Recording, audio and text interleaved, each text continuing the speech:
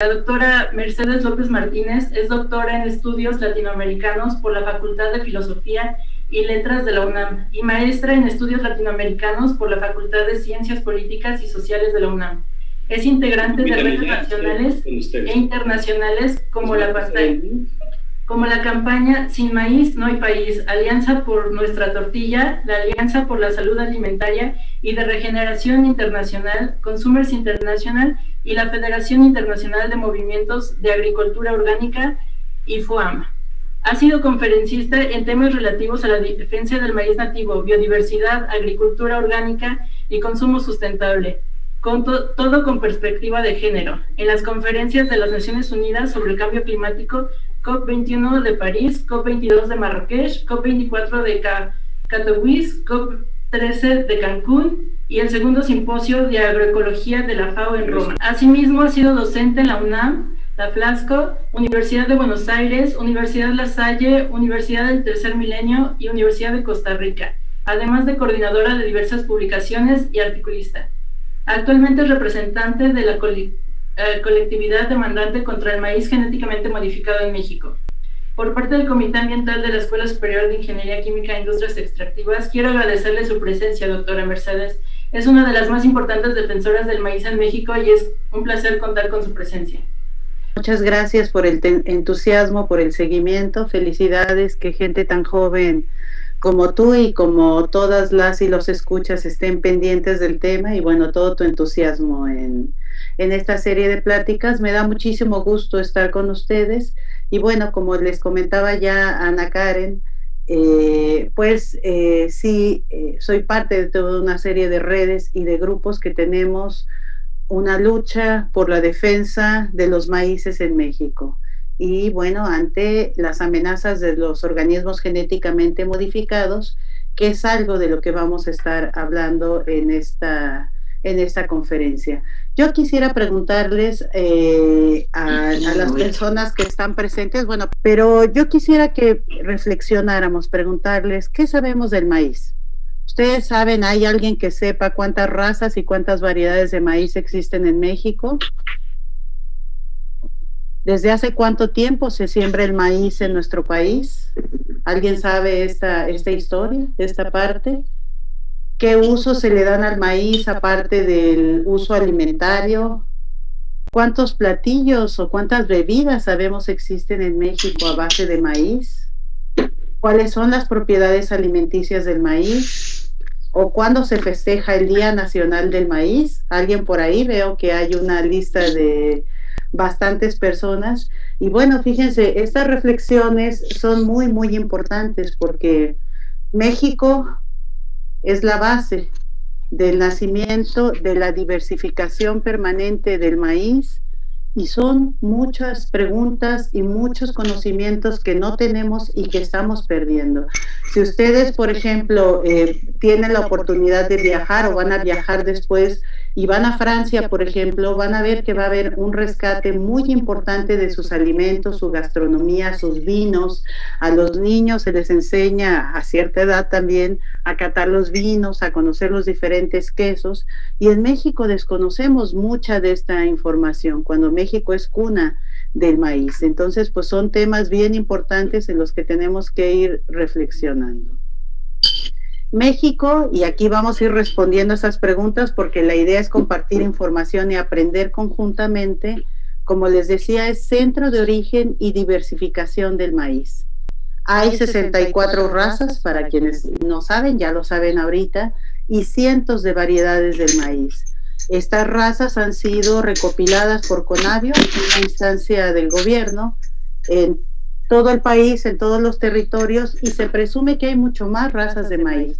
¿Pero por qué no se sabe? Bueno, porque sabemos que estamos en emergencia también por toda una serie de delincuencia organizada y hay zonas donde no se ha podido recopilar o recabar qué tipos de maíces. Pero bueno, México es este centro. Tenemos un sistema milpa, que es un sistema integral, ancestral, muy importante, que está basado en el policultivo de productos agrícolas, que han sido el fundamento de la alimentación de nuestros pueblos en Mesoamérica desde hace siglos. Y esta es una manera, la milpa, de sembrar de una manera muy sensata, muy agroecológica y de recuperar nuestra soberanía alimentaria.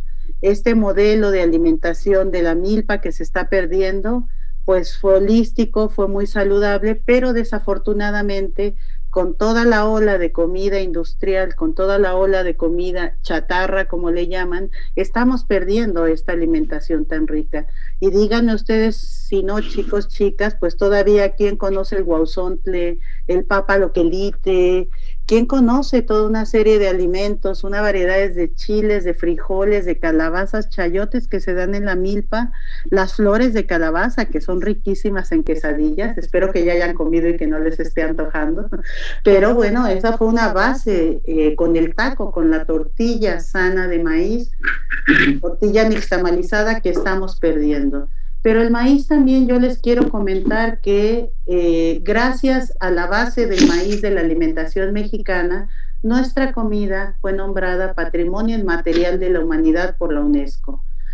En el mundo no ha habido otro caso así, tenemos como base más de 6,000 platillos, guisos y bebidas con el maíz que se están perdiendo. Si ustedes platican con sus papás, con sus mamás, con sus abuelos, quienes todavía los tengan, pregúntenle toda una serie de platillos tradicionales de maíz y vemos que se está perdiendo toda una biodiversidad.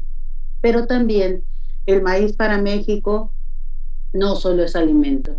El maíz es religión, el Popol Vuh, el libro de los mayas quichés, un libro sagrado que ojalá tengan posibilidad de leer, nos habla de que los seres humanos en Mesoamérica fuimos hechos primero hechos de barro y la lluvia destruyó, de madera y nos quemamos, y cuando fuimos hechos de maíz es cuando pudimos sobrevivir. Entonces somos el pueblo de maíz. Maíz corre por nuestra vena, por nuestra sangre.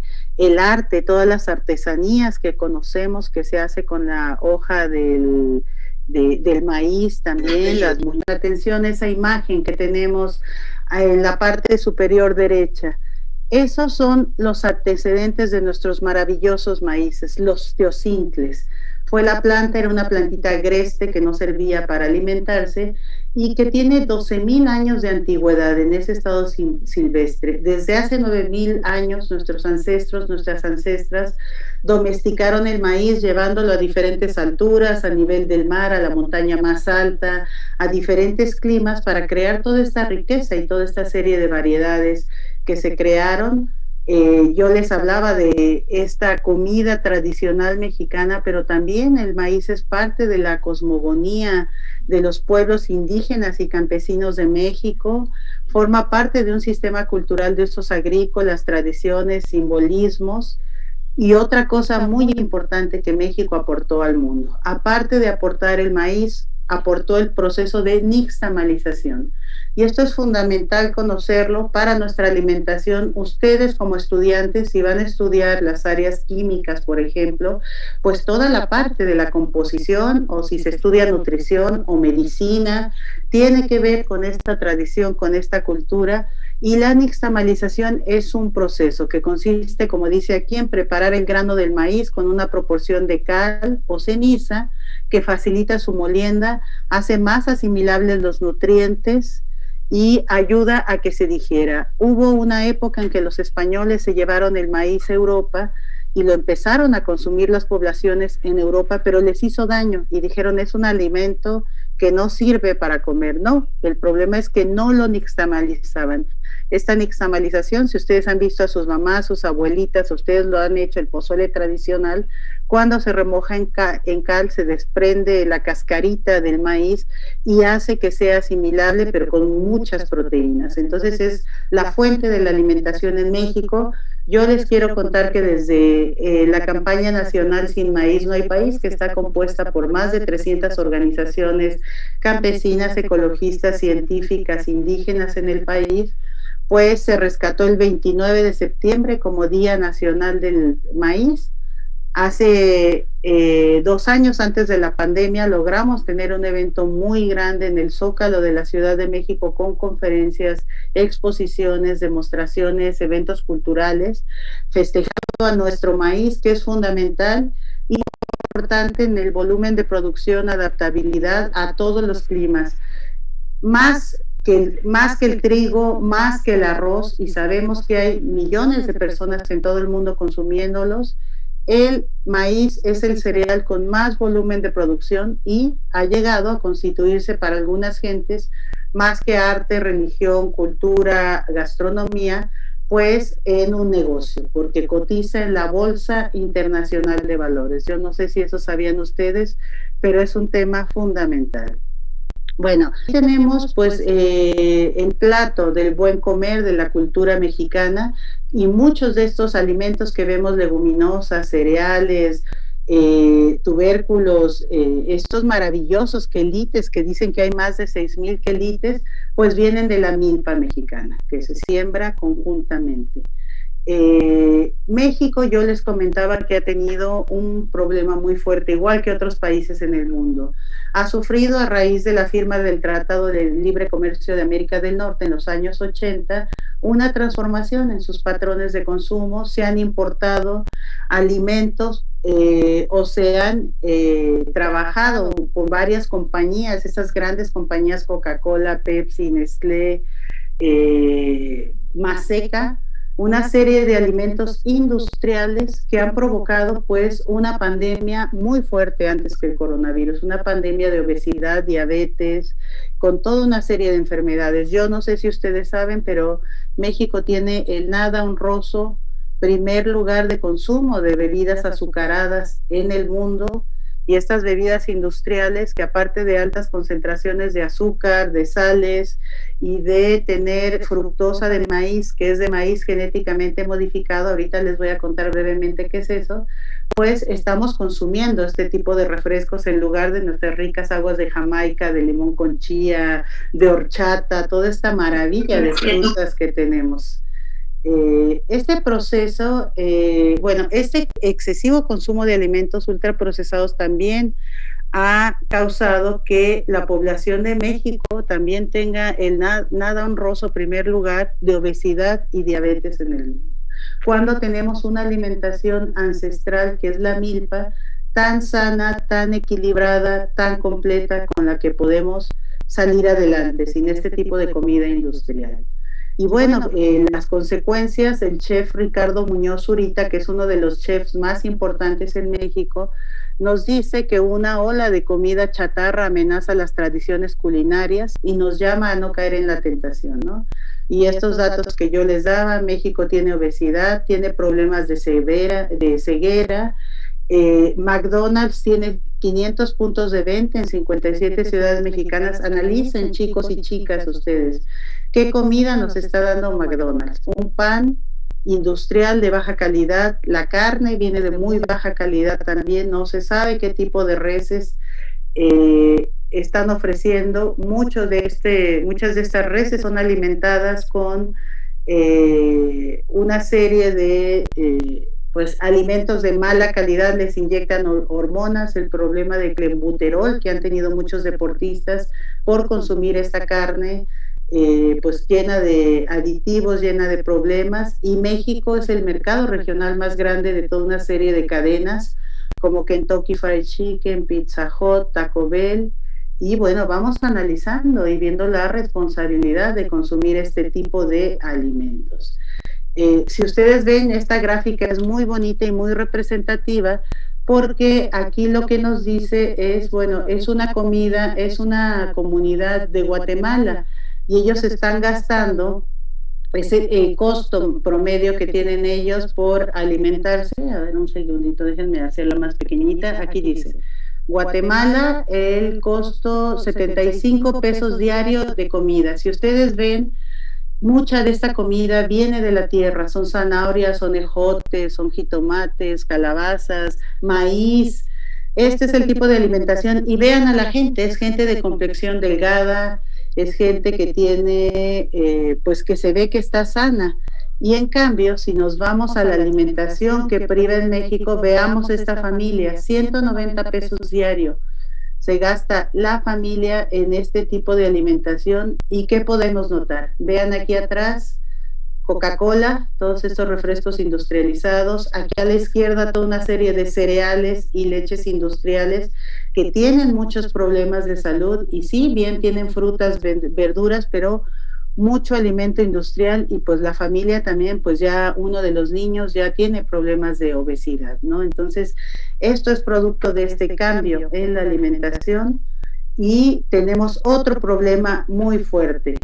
En 2013, en ese entonces, iba a otorgar a una empresa transnacional que se llama Monsanto, esta empresa es de Estados Unidos, y fue una empresa que empezó a crear el DDT, que fue lesivo, que causó muchos daños a la salud, creó el agente naranja, con este agente naranja quemaron a las poblaciones en Vietnam, cuando Estados Unidos estaba invadiendo Vietnam, y después esta empresa se mete a trabajar genéticamente con el ADN, ustedes sabrán más que yo de todos estos temas del ADN, de varias semillas, mezclándolas con animales, cosa que la naturaleza no hace. La naturaleza, por ejemplo, su primer producto que crearon fue un jitomate, que fue mezcla de jitomate, ADN de jitomate con pez globo. Imagínense la locura. Se crearon unos jitomates gigantescos que eran para utilizarlos en Florida para hacer jugos, pero se reventaron los jitomates porque era una abominación de la naturaleza.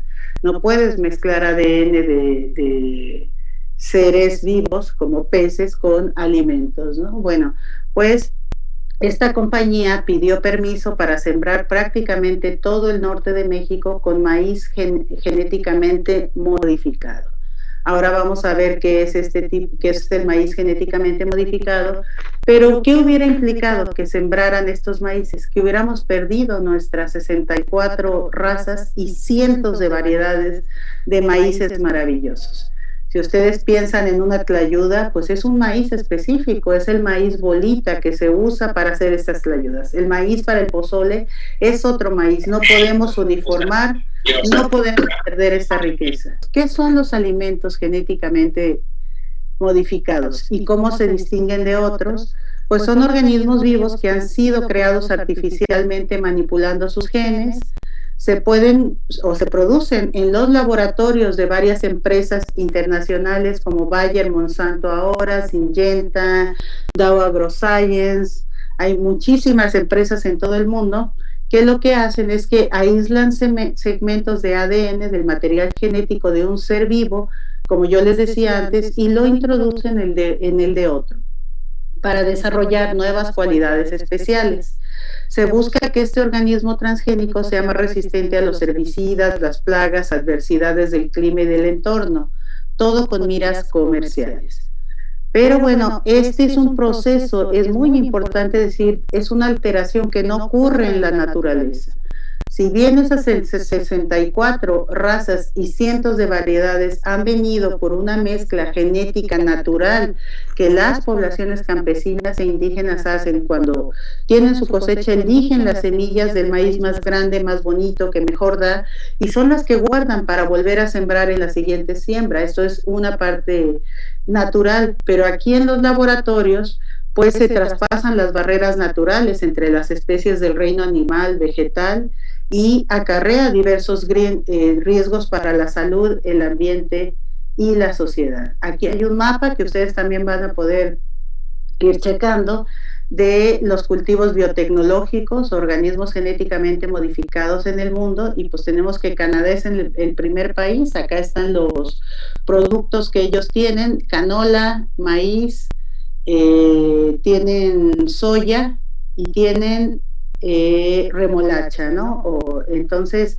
vamos viendo y vamos haciendo conciencia y vamos haciendo análisis, porque mucha de la soya que se siembra en el mundo también es genéticamente modificada. En Estados Unidos, que vemos aquí, bueno, el 90% del maíz es genéticamente modificado. En México no tenemos siembra comercial de maíz genéticamente modificado. ¿Por qué?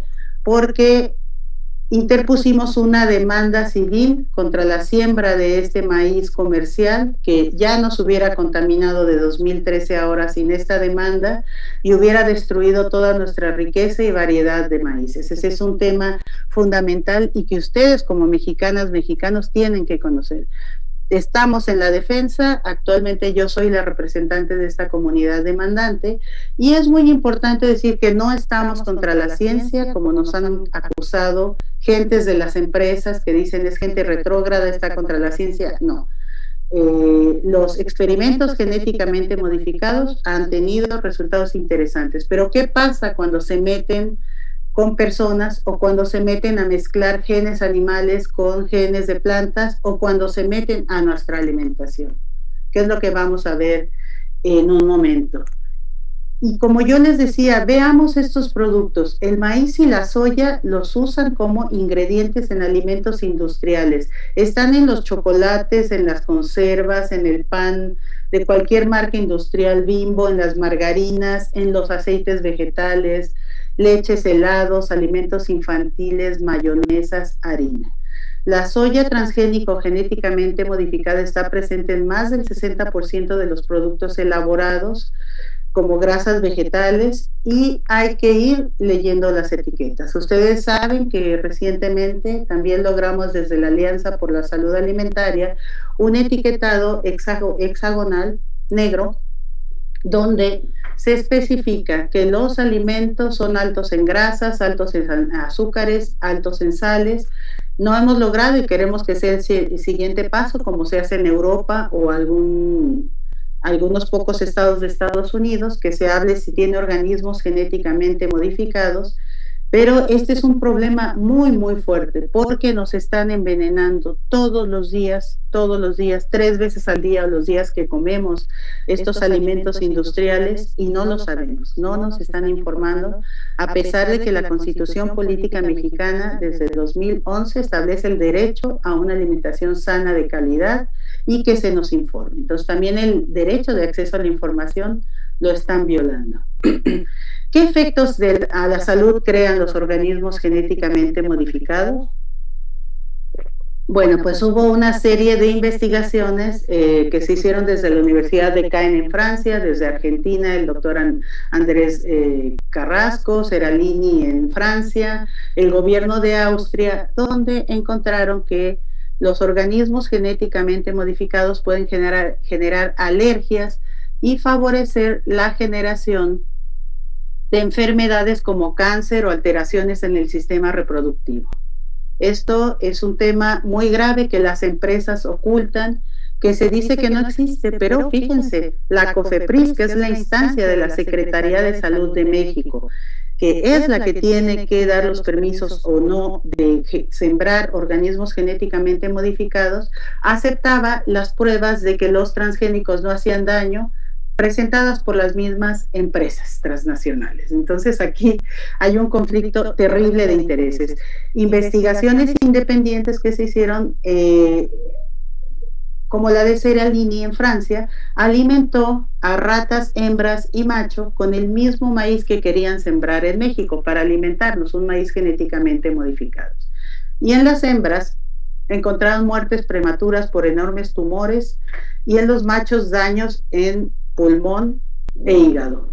Las posibles causas, bueno, la alteración endocrina ligada al Roundup, que es el glifosato, el glifosato es el herbicida que viene acompañado con las semillas genéticamente modificadas, con semillas también híbridas, pero que se está usando en el campo mexicano como desecante. Para secar meten glifosato con varios nombres, con varias marcas, y está creando toda una serie de problemas muy fuertes. Argentina tiene pueblos fumigados porque allá siembran masivamente soya genéticamente modificada, donde están haciendo bebés con alteraciones muy fuertes, está muriendo la población de cáncer, hay problemas muy terribles que se están presentando con pruebas, pero las empresas con su publicidad, con su dinero compran científicos, compran gobiernos, y por eso celebramos en México que el 31 de diciembre del año pasado el gobierno haya decidido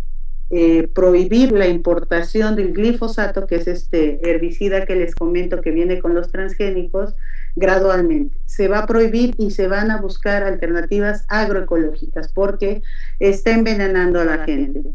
México es el tercer productor internacional de miel de alta calidad, la exporta a Europa y están rechazando esa miel porque tiene transgénicos, organismos genéticamente modificados y porque están matando a las abejas masivamente. Las abejas meliponas, que son una maravilla, que no pican, que son unas abejitas bien trabajadoras que producen la miel de tan alta calidad y se están muriendo por el uso de este herbicida.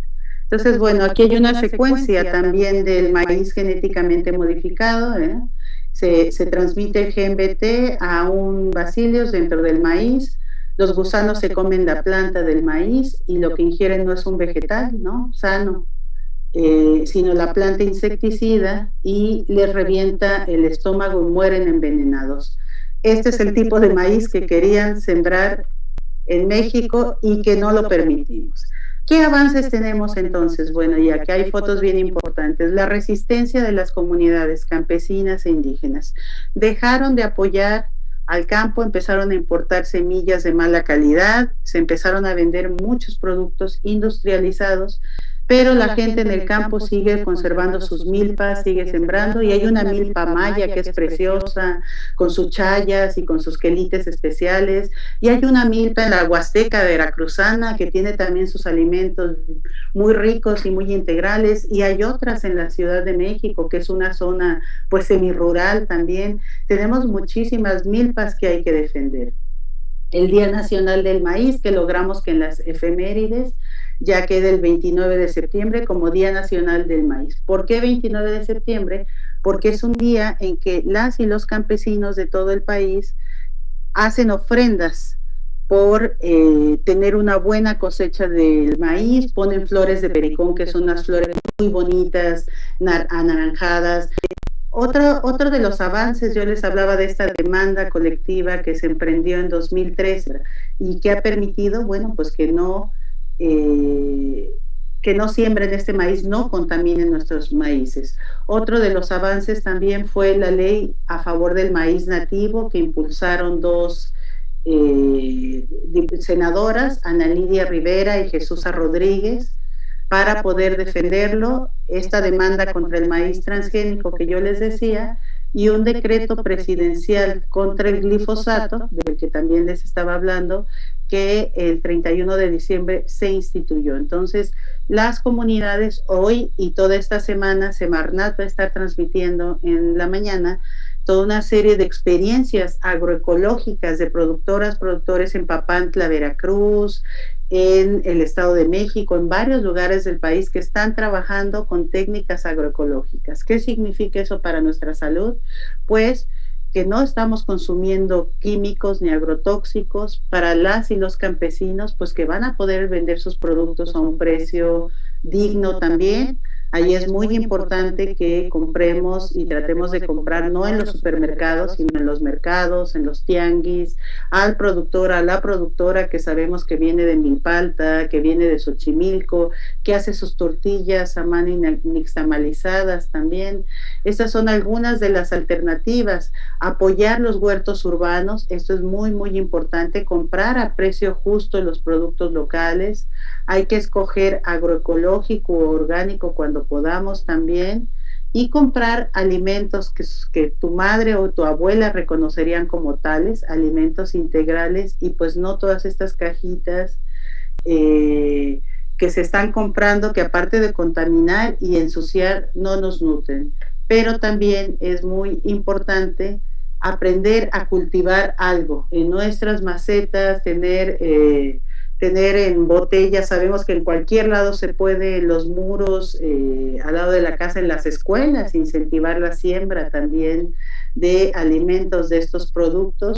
Y bueno, otra de las cosas que podemos hacer, después ustedes, junto con Greenpeace y con otra organización, Semillas de Vida, mi organización que se llama Vía Orgánica, hicimos 2 folletos donde se habla de qué son los transgénicos, cuáles son los problemas, los daños que pueden generar, cuáles son los alimentos que probablemente tienen esos organismos genéticamente modificados, pero también toda una serie de alternativas sanas para que nos podamos alimentar y avanzar de una mejor manera, ¿no?